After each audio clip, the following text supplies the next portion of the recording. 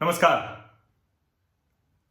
आज की जो बातचीत मैं करने जा रहा हूं इसको थोड़ा ध्यान से सुनिएगा। अब ध्यान से सुनिएगा, जब मैं आज कह रहा हूं इसका मतलब ये नहीं कि आप पहले की बातें ध्यान से न सुने या नहीं सुनते होंगे। मैं ऐसा मानता हूं, मैं बिल्कुल नहीं मानता। मैं मानता हूं कि आप सब कुछ बहुत ध्यान से सुनते हैं, इसीलिए मेरे सामाजिक परिवार का हिस्सा है। आज देश के एक सांसद, वायनाड से, केरल के वायनाड से सांसद राहुल गांधी ने, कांग्रेस के सांसद हैं वो, राहुल गांधी ने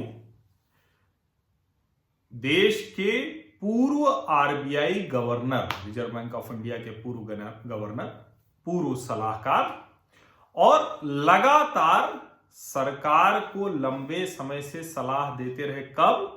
यूपीए शासन के दौरान, और अंत में रिजर्व बैंक ऑफ गवर्नर से फिर से वापस शिकागो लौट जाने वाले दुनिया के जाने माने अर्थशास्त्री रघुराम राजन की आज बातचीत हुई है। यानी एक कांग्रेस के सांसद की और एक पूर्व में जो यूपीए के शासन में लंबे समय तक सरकार में अलग अलग समय पर जो कहे कि जितने लाभ के पदों पर रहे हैं, उन सब पर रहने वाले रघुराम राजन और उनके बीच में बातचीत हुई।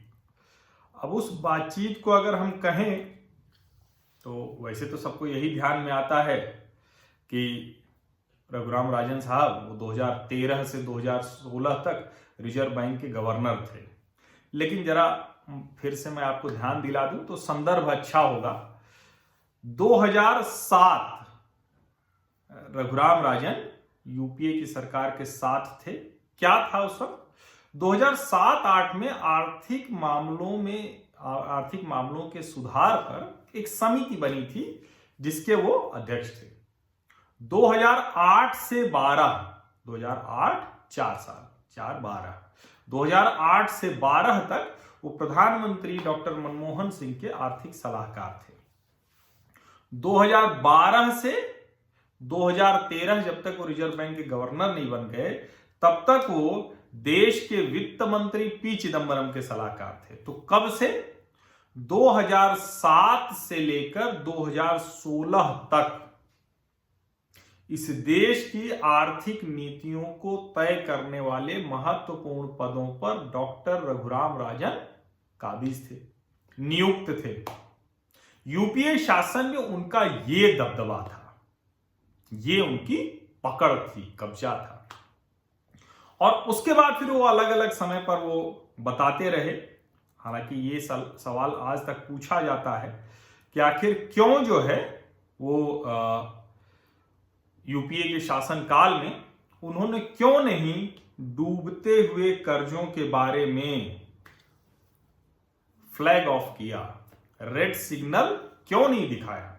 जब गवर्नर थे तो उस वक्त क्यों नहीं 2013 में ही बताया कि भाई सब कुछ गड़बड़ हुआ? उसके लिए 2018 के इंटरव्यू का इंतजार किया और तब बताया कि a large number of bad loans originated in the period 2006 to 8. Too many loans were made to well-connected promoters who have a history of defaulting on their loans. Public sector bankers continued financing promoters. यानी जब गड़बड़ होती रही उसके बाद भी करते रहे। अब ये मैं आपको क्यों बता रहा हूं? ये मैं इसलिए बता रहा हूं कि दरअसल ऐसा नहीं है कि डॉक्टर मनमोहन सिंह या डॉक्टर रघुराम राजन ये लोग कोई छोटे मोटे आदमी हैं। ये दुनिया के अर्थशास्त्र के बहुत बड़े जानकार हैं। डॉक्टर रघुराम राजन की कद्र पूरी दुनिया करती है उनके आर्थिक ज्ञान के लिए। लेकिन डॉक्टर रघुराम राजन और डॉक्टर मनमोहन सिंह की कहानी विद्वता के लिए, कहें कि जो अपनी पूरी विद्वता है उसको किसके लिए? सत्ता के लिए, कुर्सी से चिपके रहने के लिए, उसको गिरवी रख देने की कहानी है। अब आप, जब मैं ये कह रहा हूं तो हो सकता है कि आपको लगे कि अरे मैं ये क्या बोल रहा हूं, कहां गिरवी रख दिया, ये दोनों लोग तो बहुत बड़े आदमी हैं। लेकिन अब मैं लौट आता हूं आज के मुद्दे पर। आज राहुल गांधी जी ने, जो कांग्रेस के सांसद हैं और जो पूर्व आरबीआई गवर्नर रघुराम राजन जी से मुलाकात की, बातचीत की। कैसे? वर्चुअल। अब वर्चुअल में एक गड़बड़ ये हो जाती है कि इधर उधर फ्रेम बनता है। राहुल गांधी जी के पीछे सादा फ्रेम था, इंदिरा जी झांक रही थी, रघुराम राजन के पीछे घड़ी झांक रही थी, और ये जो वर्चुअल फ्रेम बने, जो मिलन हुआ वर्चुअल, उसने बड़े किस्से खड़े कर दिए। हालांकि मैं उन किस्सों को बहुत वरीयता नहीं देता हूं कि 1 घंटे का इंटरव्यू हुआ और 27 मिनट 28 मिनट कट के क्यों हो गया। ये होता है, ये कोई भी इंटरव्यू जो है उसको काटा जाता है, ठीक किया जाता है।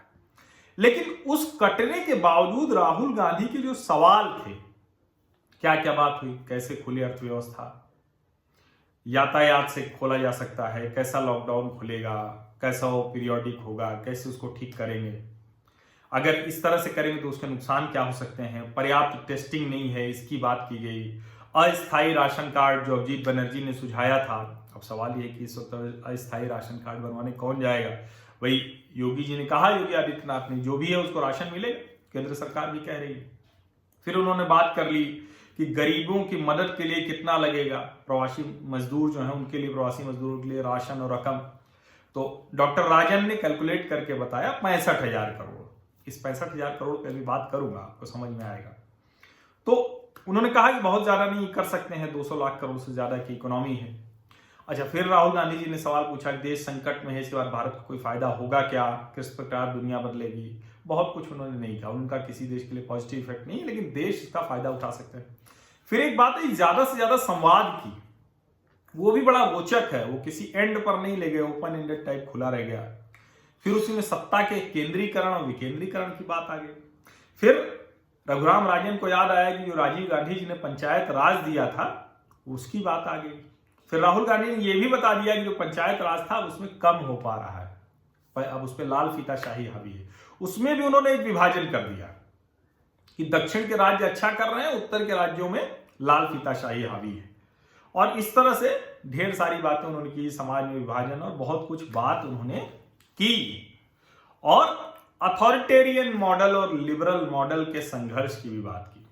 अब आप सोचिए, डॉक्टर रघुराम राजन दुनिया के बड़े अर्थशास्त्री, उनसे अगर कांग्रेस पार्टी के अघोषित मुखिया के तौर पर, कांग्रेस सांसद के तौर पर एक संवाद अगर कांग्रेस शुरू कर रही है, तो क्या उम्मीद होनी चाहिए थी?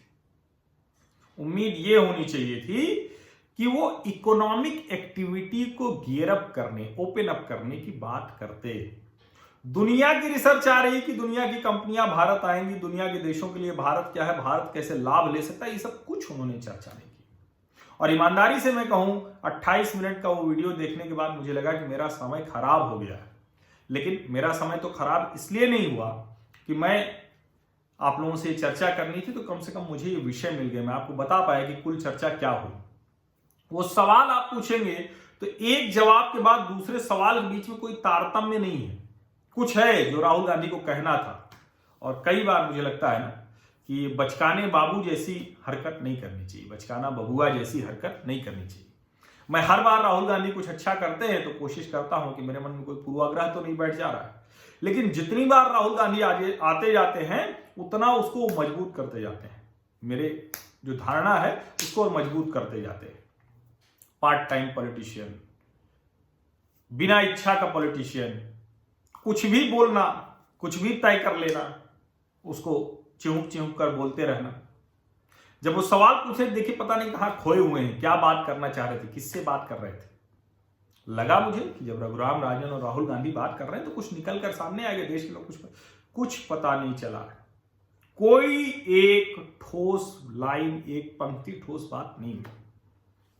अब अगर ठोस बात कहें तो यही कह देंगे कि भाई 65,000 करोड़ ये सरकार को देना चाहिए। अब जो आंकड़े हैं वो क्या हैं? The ministry of finance to battle the coronavirus lockdown has transferred more than rupees 36,659 crore through direct benefit transfer from between March 24 and April 17 and benefited over 16 crore beneficiaries। ये एक आंकड़ा है। मैंने देखा, मैंने कहा कि 23 तारीख का क्या है, तो 23 तारीख तक का जो अपडेट पीआईबी की साइट पर है, जरा वो मैं आपको पढ़ के सुना देता हूं। 39,27,00,000 लोगों को 19,63,000 टन अनाज दिया गया। 1 लाख टन से ज्यादा दाल दे दी गई। उज्ज्वला के तहत 3 करोड़ से ज्यादा सिलेंडर बुक हुए हैं, जिसमें 3.25 करोड़ दिए जा चुके। कुल जो सहायता जो है वो 33 करोड़ लोगों को 31,325 करोड़ रुपए की दी गई है। ये 23 तक का है, वो जो आंकड़े हैं उसमें और शामिल है जो मैंने ऊपर अभी आपको बताया। 16,146 करोड़ 8 करोड़ किसानों के खाते में किसान सम्मान निधि वाले, 20 करोड़ महिलाओं के जनधन खाते में 10,025 करोड़। अच्छा, ये सब जो मैं बता रहा हूं 23 अप्रैल तक का अपडेट है, जुड़े होंगे उसमें। 13 करोड़ से ज्यादा परिवारों को जो मनरेगा मजदूर हैं, तो मनरेगा मजदूरों को मिलेगा 13 करोड़ से ज्यादा परिवारों को काम आएगा। उसके लिए 7300 करोड़ राज्यों को दिया जा चुका है। करीब 2.25 करोड़ कंस्ट्रक्शन वर्कर जो हैं उनको 3,497 करोड़ रुपए दिया जा चुका है। अच्छा, ये जो 36,659 करोड़ की बात है, इसमें 27,442 करोड़ ये सेंट्रली स्पॉन्सर्ड यानी केंद्र सरकार की सहायता वाली योजनाएं हैं, और 9,717 करोड़ ये राज्य सरकारों की। अब जब मैं आपको बता रहा हूं तो इसको जरा ध्यान से समझिए कि सरकारों ने जिन कामों को कर दिया है, 65,000 करोड़ का वो कुल बजट बता रहे थे। अब पता नहीं इसके बाद वो कह दें कि ये तो हम आगे का बता रहे थे। 3-4 महीनों की उन्होंने बात की, और जो 1,70,000 करोड़ का पहला पैकेज सरकार ने दिया वो 3 महीने तक के लिए दिया। राशन, पेंशन, कंस्ट्रक्शन वर्कर, दिहाड़ी मजदूर, जिसके महिला जनधन खाता, जिसको सीधे जाना है मदद, वो 3 महीने के लिए दिया। और रघुराम राजन और राहुल गांधी आज बात कर रहे हैं तो उस बात को कर रहे हैं जो पहले से सरकार कर चुकी है, यानी इनके पास बहुत कुछ बताने को नहीं है। आज क्या था, आज डॉक्टर रघुराम राजन को बात करनी चाहिए थी कैसे ओपनिंग अप ऑफ इकोनॉमी होगी, कैसे अर्थव्यवस्था खुलेगी, क्या क्या सरकारें करें। अब चूंकि उसमें भी वो बहुत बताने की स्थिति में नहीं है क्योंकि सरकारें प्रोएक्टिव होकर कर रही हैं, तो अब क्या बताएं। लेकिन आज रघुराम राजन ने पूरी तरह से साबित कर दिया कि जैसे प्रधानमंत्री की कुर्सी पर चिपके रहने के लिए लगातार राहुल गांधी जैसे अति सामान्य समझ के व्यक्ति से लगातार वो अपमानित होते रहे, लगातार पूरे कार्यकाल में। अब उसी लिए देश के वित्त मंत्री की कुर्सी पर नजर है कि जब भी कांग्रेस सरकार में आएगी, राहुल गांधी जी प्रधानमंत्री बनेंगे, तो मैं देश की वित्त मंत्री की कुर्सी पर आऊंगा। इस भावना से, इस लोभ से, लालच से डॉक्टर रघुराम राजन अपने उस बयान को नहीं याद कर रहे हैं कि 2006 से 8 यानी यूपीए 1 के समय सबसे ज्यादा ऐसे कर्ज बांटे गए जो प्रभावशाली लोगों को दिए गए, जो उसके बाद दिए गए कि उनके कर्ज डूबते रहे। 2007 से 2016 9 साल इस देश के आर्थिक जो नीतियों को प्रभावित करने वाले सबसे महत्वपूर्ण स्थानों पर डॉक्टर रघुराम राजन बैठे रहे, और इस देश का सबसे ज्यादा बेड़ा गर्क उसी दौरान हुआ। सबसे ज्यादा 2008 के बाद 2014 तक सबसे ज्यादा बेड़ा गर्क हुआ। और अभी मैं एक दिन एक कांग्रेस के राष्ट्रीय प्रवक्ता ने डाला है कि ड्रीम टीम की जरूरत थी। कहां ये मोदी और उनके पास लोग हैं। वो ड्रीम टीम कौन सी है? मनमोहन, चिदंबरम और मोंटेक अहलुवालिया, यही लोग तो थे ना। क्यों नहीं ईमानदारी से ये बताते कि डीबीटी, जनधन, उज्ज्वला जैसा 10 लाख के ऊपर सब्सिडी खत्म, ये सब योजनाएं इन लोगों के दिमाग में आई, लेकिन इसे लागू नहीं कर पाए। अपने शिवगंगा कॉन्स्टिट्यूएंसी के सभी लोगों का खाता खुलवाने की जो योजना थी वो वित्त मंत्री पी चिदंबरम नहीं पूरा कर पाए। और मनमोहन सिंह तो 3 सिलेंडर देके खुश हो गए। मैंने उस वक्त लिखा था कि सारी योजनाओं का शीर्षासन करा दिया, और उसको भी ठीक तरीके से नहीं कर पाए। कर्ज माफी ये कोई इकोनॉमिक सोल्यूशन नहीं, ये तो मैं भी कह दूं, आप भी कह दें, कोई भी जो कुछ नहीं जानता है। मैं अर्थशास्त्र का विद्यार्थी हूं। इकोनॉमिक्स मतलब सोल्यूशन दे कुछ, अर्थशास्त्र मतलब जो जानकार है वो कुछ बताए कि कैसे आर्थिक गतिविधियां शुरू होंगी। कर्ज माफ कर दो, सबसे आसान है, किसी को भी कर दो। उसके लिए किसी अर्थशास्त्री को या किसी बड़े नेता को, किसी जानकार की क्या जरूरत है? सीधे कहे कर्ज माफ कर दो। वही काम किया मनमोहन सिंह की सरकार ने, और किसके दबाव में किया?